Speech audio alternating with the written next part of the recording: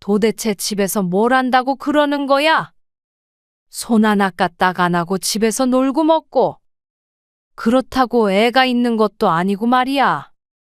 그래도 어머니 다리 다치니까 연지가 대신 집안일도 떠맡게 되고. 뭐? 떠맡아? 집안일이 그럼 원래 나만 해야 하는 일이라는 거야? 어머니 집이잖아요. 그래. 너 말 잘했다. 내 집이니까 그러면 너희는 너희 집 사서 나가. 네? 갑자기 그게 무슨 말이에요? 너희들 참 잘 만났는데 그냥 너흰 너희끼리 사는 게 행복하겠다. 너네도 내가 없어야 안 싸울 거 아니야? 오늘 이야기 속 주인공은 65세 공명숙 씨입니다. 그리고 그녀의 아들과 며느리에 관한 이야기입니다. 예기치 않게 몇 년간 아들 며느리와 살게 된 공 씨는 깊은 후회를 했습니다. 내 아들에 대해선 알고 있었지만 남인 며느리에 대해서는 너무 몰랐던 것이 잘못이었습니다. 어떻게 한평생 모르던 서로가 갑자기 한 집에서 잘 살 수 있을까요? 하지만 공 씨의 며느리는 공 씨가 여태 만나보지도 못했던 유형의 사람이었습니다. 요즘 젊은 사람들이 다 이런지 모르겠지만 서로 잘 지낼래야 잘 지낼 수가 없었죠. 결혼과 동시에 직장을 그만두고 눌러앉아 버린 며느리. 그렇다면 주부로서의 일이라도 해야 할 텐데 시모가 같이 살아서 그런지 며느리는 손 하나 까딱 안 했습니다. 그렇다면 그 모든 걸 혼자서 하는 시어머니에게 고마움이라도 느껴야 했는데 뭐가 그렇게 마음에 안 들고 불편한지 며느리에게 공 씨는 투명인간이나 다름없었습니다. 그래도 하나 있는 며느리, 어려서 그렇겠거니 인내하고자 했지만 도를 넘는 며느리의 행태와 그런 며느리만 감싸는 아들. 더 이상은 한 지붕 밑에 살 이유가 없어 보였습니다. 공 씨는 2년 전에 남편을 떠나보내고 혼자 살고 있었습니다. 그리고 아들이 하나, 딸도 하나 있었습니다. 자식 둘 모두 직장에 다니며 따로 독립해서 살았는데 그 전셋집을 얻는 비용을 결혼자금 겸 몇 년 전 미리 공 씨 부부가 물려주었습니다.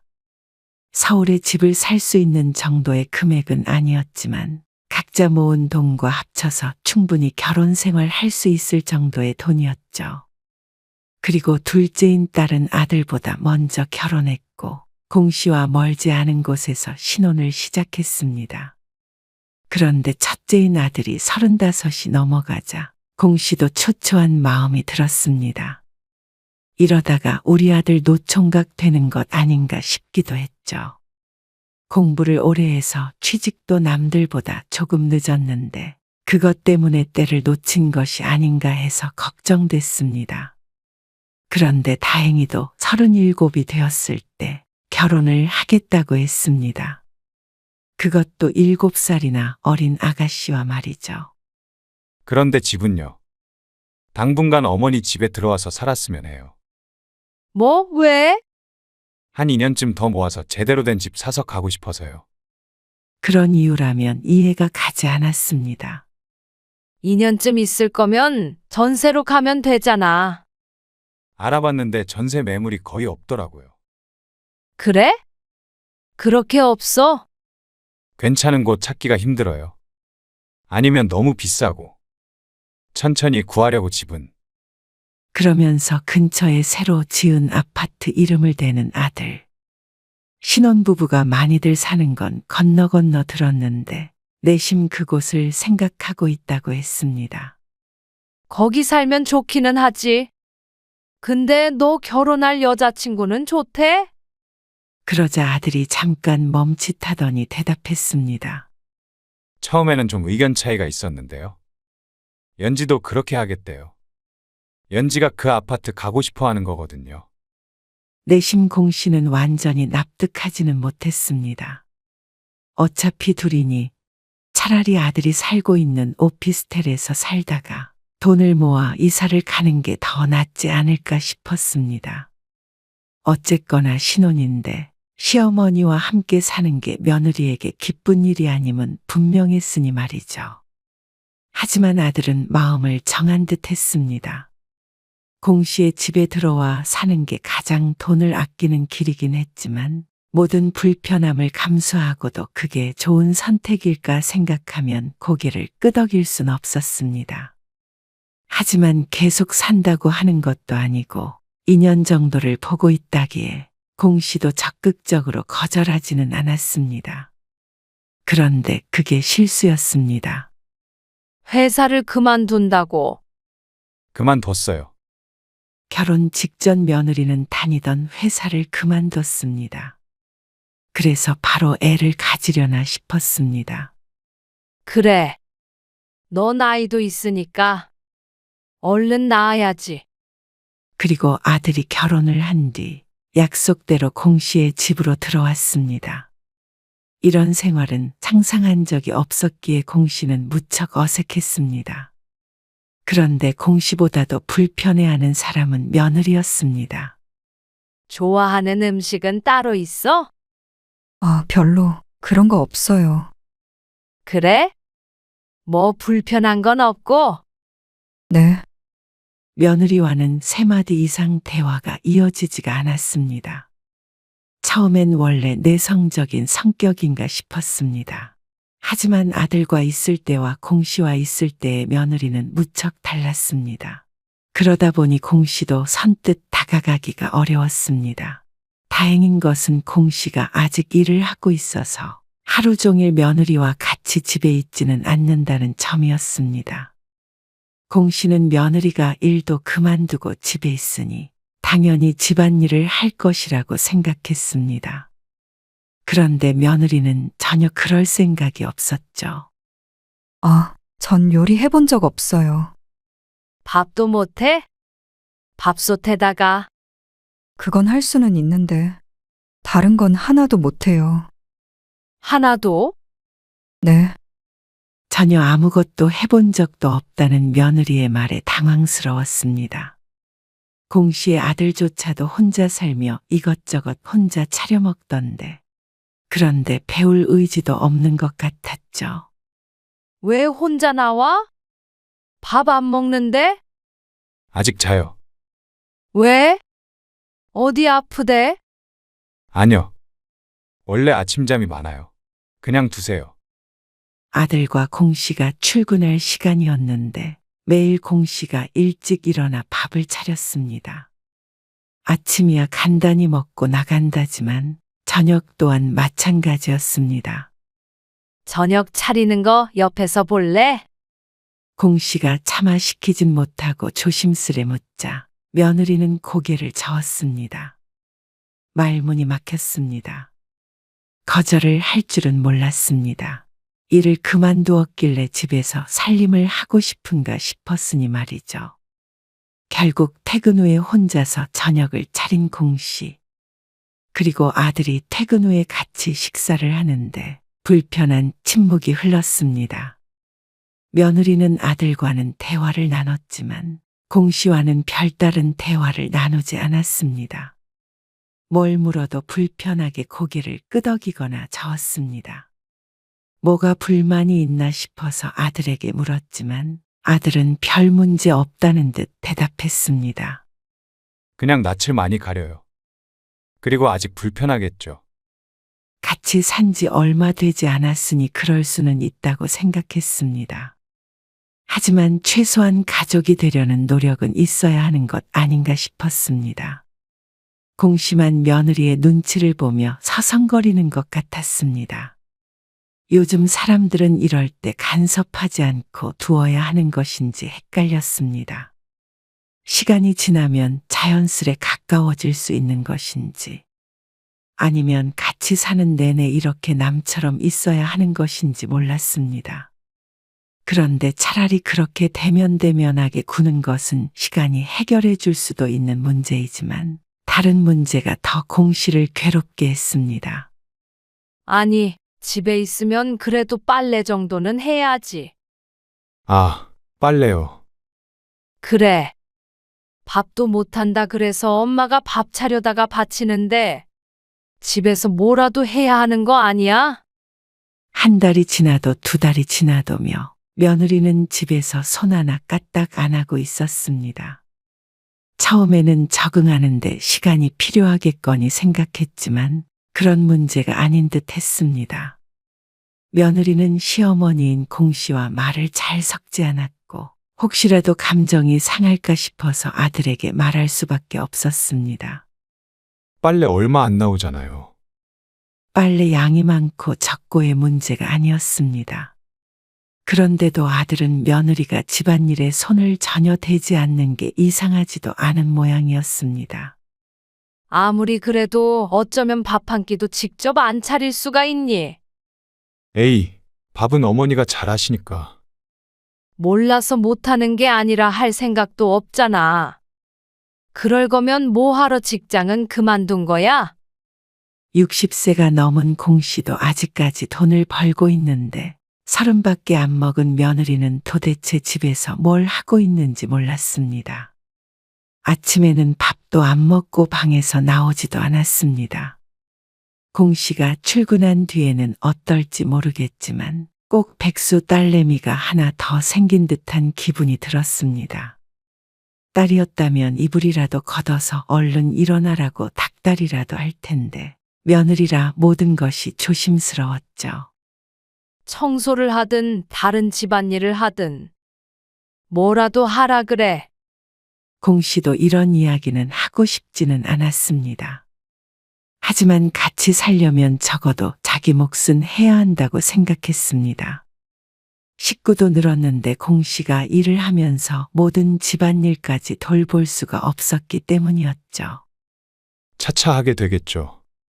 아직 적응이 안 됐잖아요. 그리고 둘이 살고 싶었을 텐데 이렇게 시어머니까지 모시고 살 줄은 예상을 못했어서 그렇게 강요하고 싶지 않아요. 아들은 자신보다 7살이나 어린 며느리를 아주 애지중지했습니다. 뭐래도 맞다, 잘한다. 그러니 그런 며느리가 집안일을 하는 걸 부디 보고 싶지 않은 것이 당연했죠. 아들은 태어났습니다. 그리고 표정을 보니 공 씨가 며느리를 안 부려먹었으면 하는 생각도 하는 것 같았습니다. 아들 며느리가 맞벌이를 했다면 공 씨도 이렇게까지 이야기하지 않았을 것입니다. 하지만 이런 답답한 마음을 아들조차 몰라주니 공 씨의 속만 새카매졌습니다. 이러다가는 며느리 잡는 시어머니가 될까봐 무서웠죠. 평일에 공 씨가 일을 쉬는 날이 있었습니다. 아들이 출근하고 나서도 한참을 나오지 않는 며느리. 10시가 돼도 방문은 열릴 줄을 몰랐습니다. 거실에 앉아서 TV를 보다가 공 씨가 일어나서 며느리 방문을 노크했습니다. 대답이 들려오지 않았고고 다시 한번 노크하자 안쪽에서 며느리 목소리가 들렸습니다. 자니?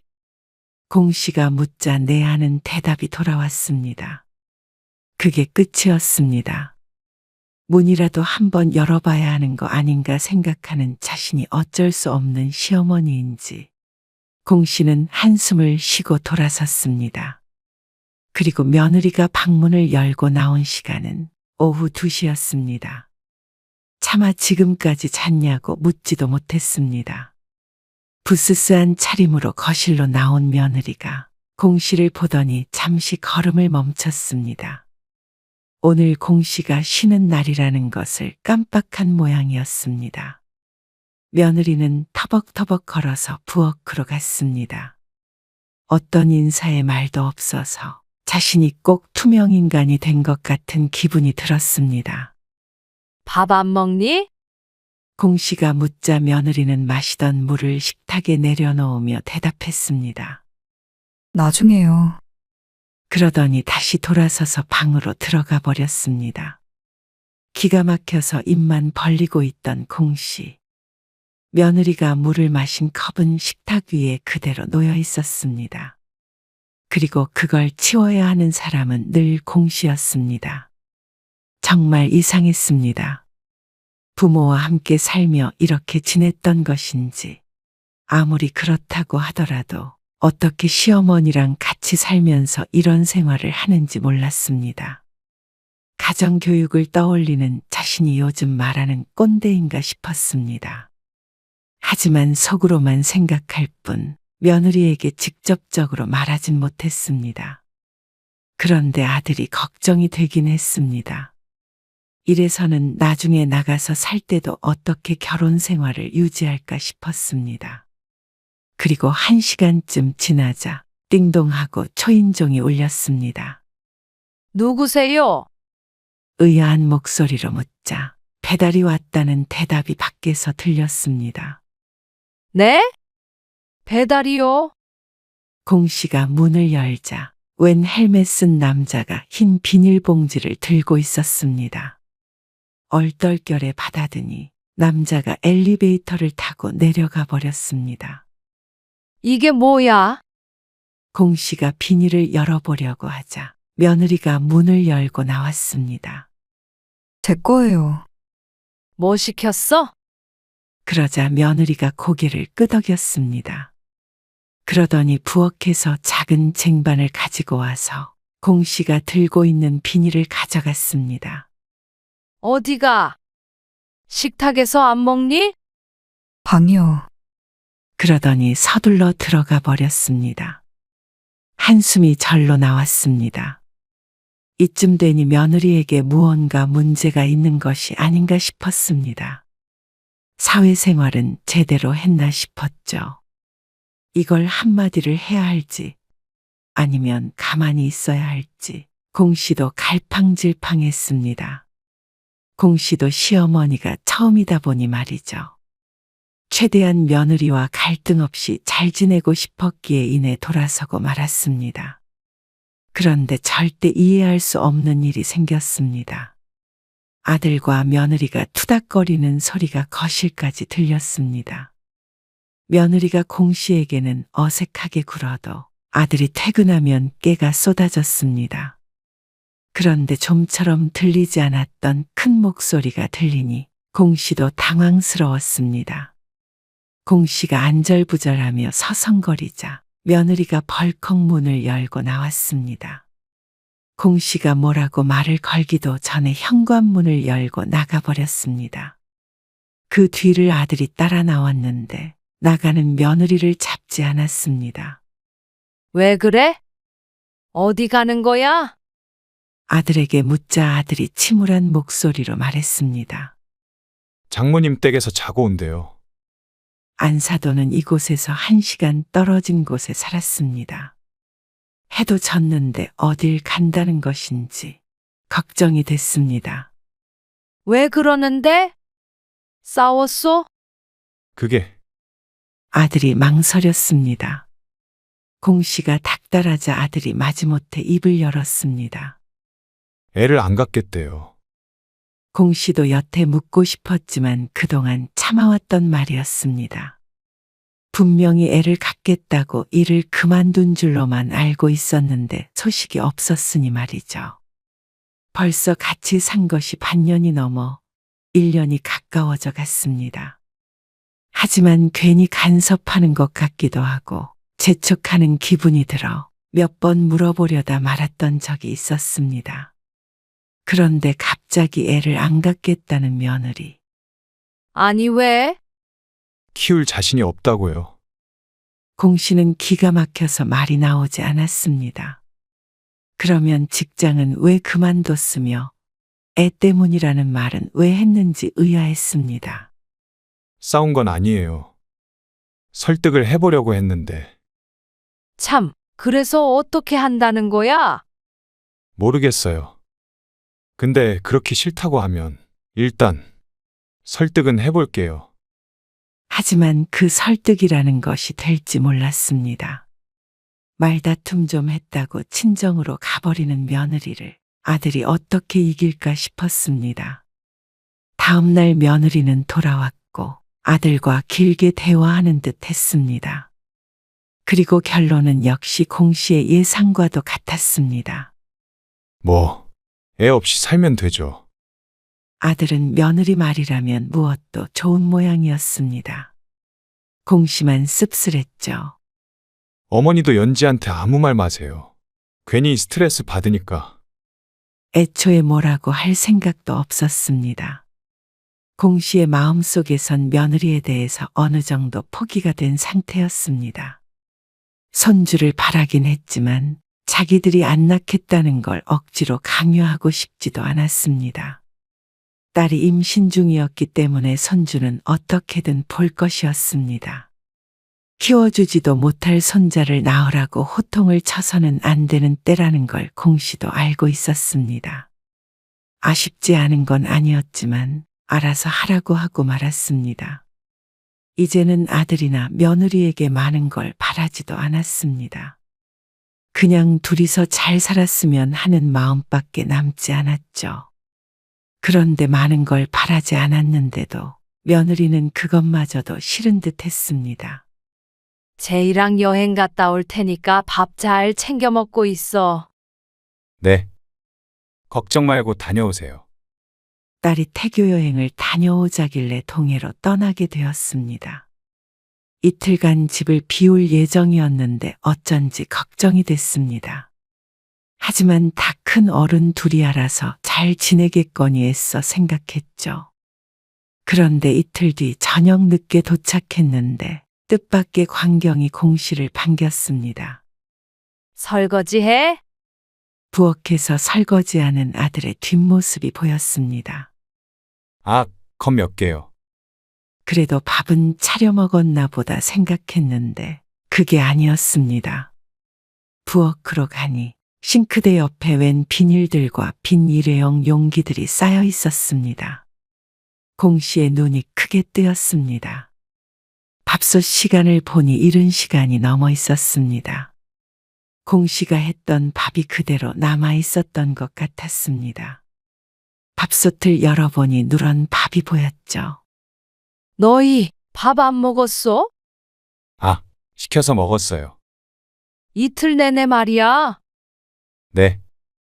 아니, 집에 있으면 밥 좀 차려서 먹어야지.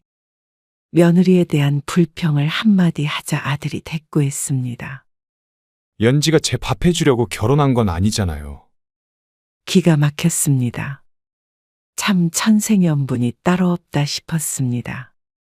그러면 며느리는 집에서 놀고 먹으려고 결혼한 거냐 하고 묻고 싶은 마음이 굴뚝 같았습니다. 하지만 이제는 잔소리할 기운도 없었습니다. 본인들이 그게 아무렇지도 않다는데 말이죠. 역시나 세대가 다른 것 같았습니다. 여기에다가 열을 내봤자 공심한 뒷목을 잡았습니다.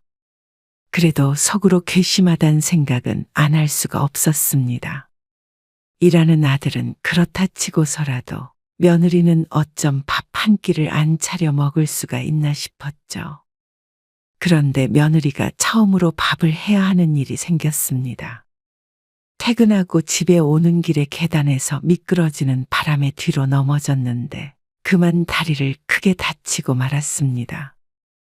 허리를 다치지 않은 게 천만다행이었지만 그래도 한동안 거동이 무척 불편해지게 됐죠.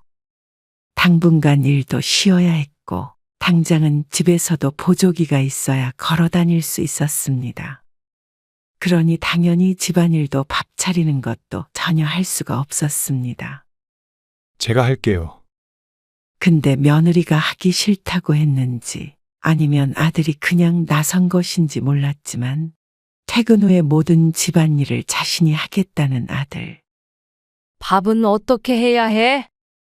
퇴근할 때 사올게요. 눈앞이 깜깜했습니다. 며느리는 그 옆에서 남의 일이라는 듯이 딴 곳을 보며 앉아 있었습니다. 자기가 뭐라도 해보겠다는 소리는 하지 않았고 그저 불똥이 튀지 않길 바라는 것 같았죠.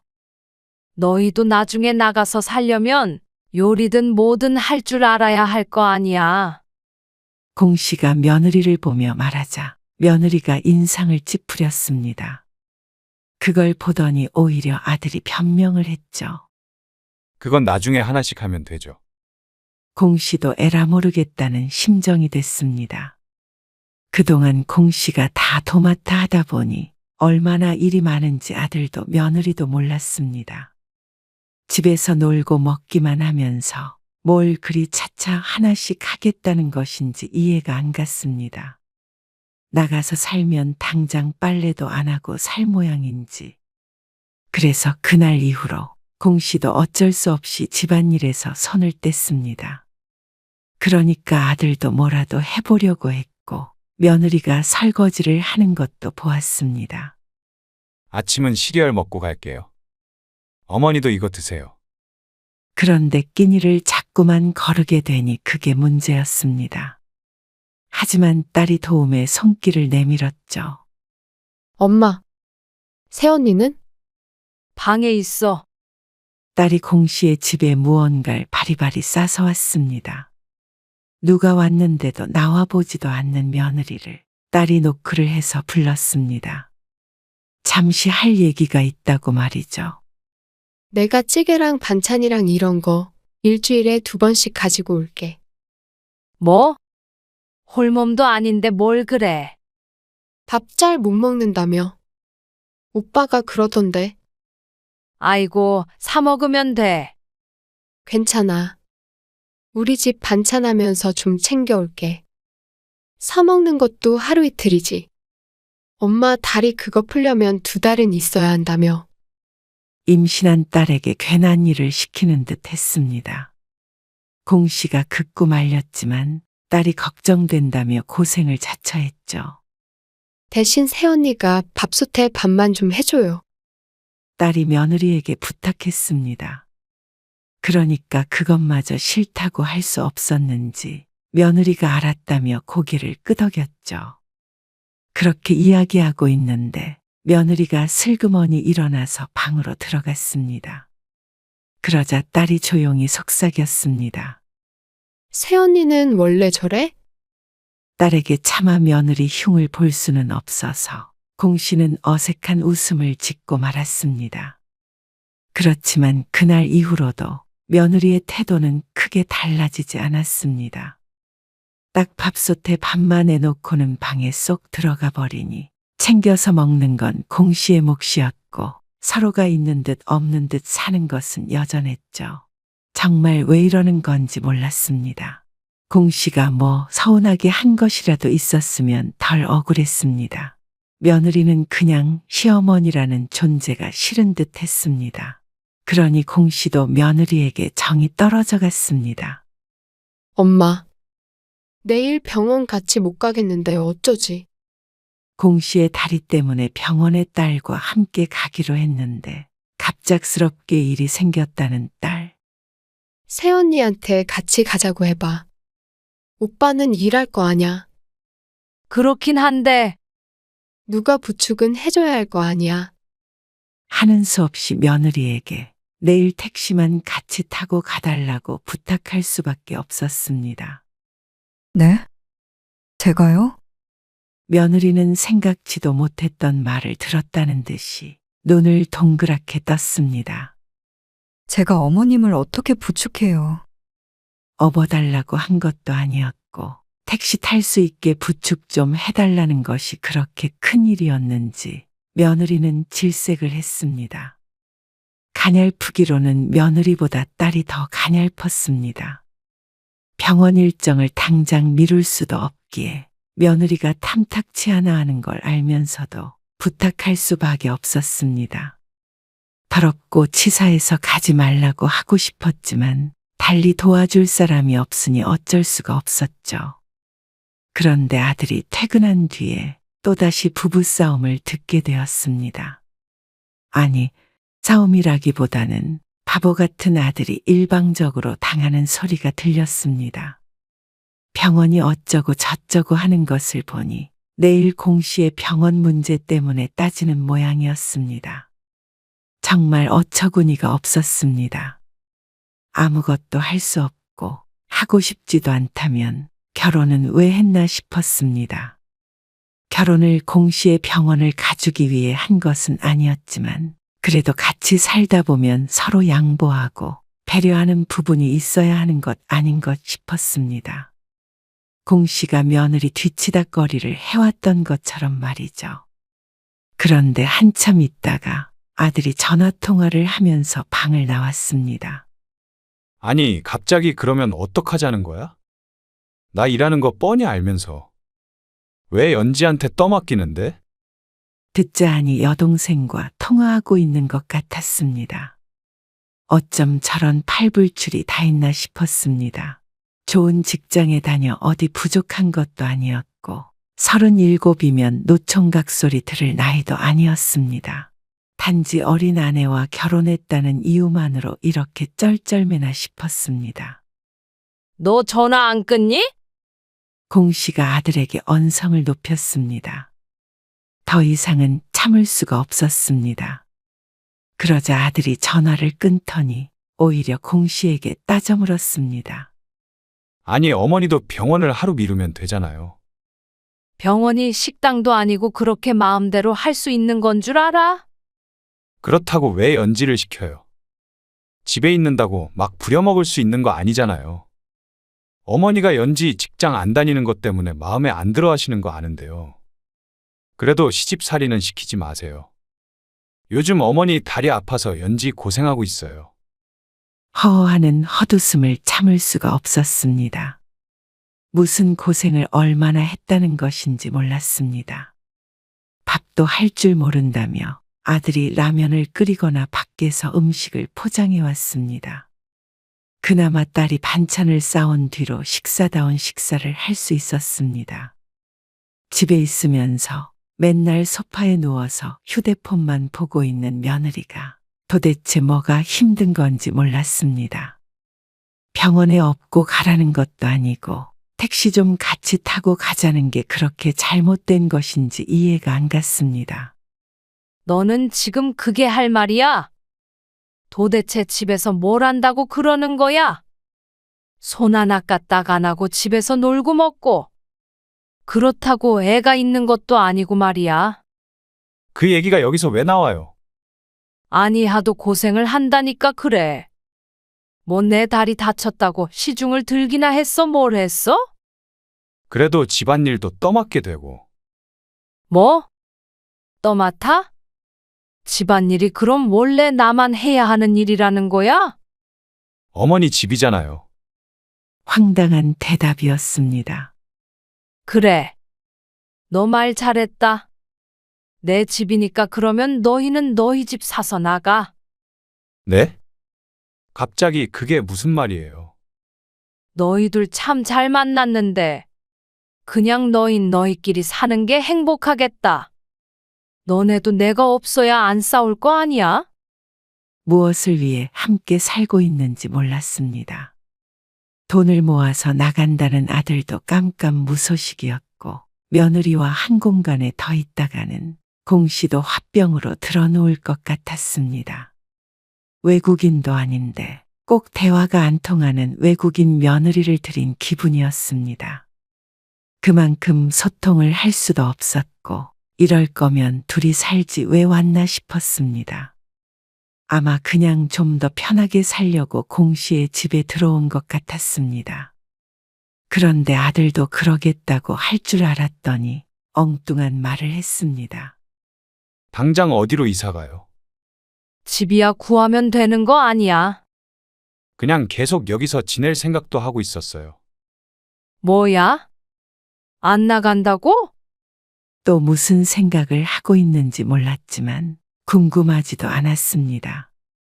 그건 안 돼. 너희 당분간만 산다고 했지. 전세가 없으면 월세든 뭐든 지금 독립해라. 진정 좀 하세요. 그렇게 기분 따라서 내보내려고 하시면 어떡해요? 가족 아니에요? 가족? 내가 너희한테 가족이기는 해. 너희가 안 나가면 내가 나갈게. 그러자 아들이 머뭇거렸습니다. 그럼 저희 여기서 살아요. 기가 막혔습니다. 오히려 공 씨가 나가는 걸 반기는 것 같기도 했습니다. 그러면 이 집이 자신의 집이 될 것이라고 믿는 것인지. 대신 이 집 시세대로 쳐서 사. 이 집을 저한테 사라고요? 그럼 내 집을 공짜로 주니? 아들이 어이없어 했지만 어이없는 건 공 씨였습니다. 이미 준 것들이 많은데 집까지 넘보나 싶었습니다. 그러고 보니 며느리가 이 집에 굳이 들어온 것도 꿍꿍이가 있나 싶었습니다. 진실은 알 수 없었지만 어찌되었건 간에 결코 그럴 생각이 없었습니다. 그게 아니라면 일주일 안에 짐 빼줘. 뭐라고요? 어떻게 일주일 안에 비워요? 공 씨는 더는 아들의 말을 듣지 않고 뒤돌아섰습니다.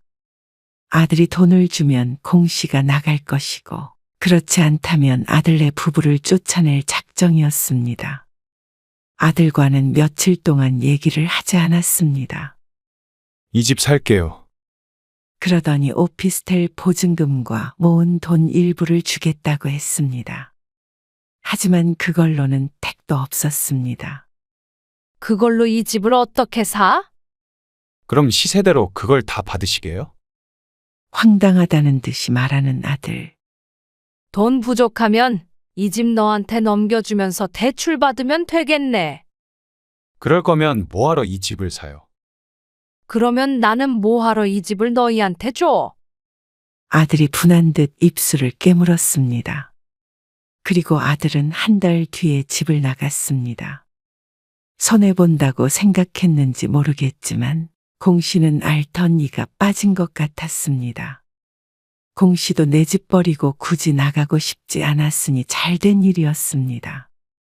며느리도 아들도 마음이 상한 듯 했지만 그동안 공 씨가 받은 상처에 비하면 별거 아니었습니다. 마음 같아서는 1년 넘게 뒷바라지하고 고생했던 것까지 청구하고 싶었습니다. 하지만 아들 며느리가 떠나준 것에 만족하기로 했습니다. 다리는 곧 나을 것이고 그동안엔 어떻게든 생활이 될 것이었습니다.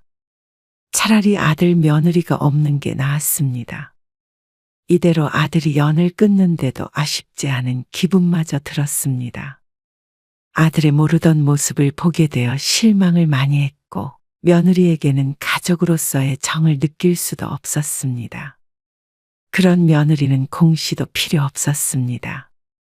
그냥 자식은 딸 하나 있다고 생각하고 사는 게 맘 편할 것 같았죠. 아들이 나가니 공 씨는 평화를 되찾은 기분이 들었습니다.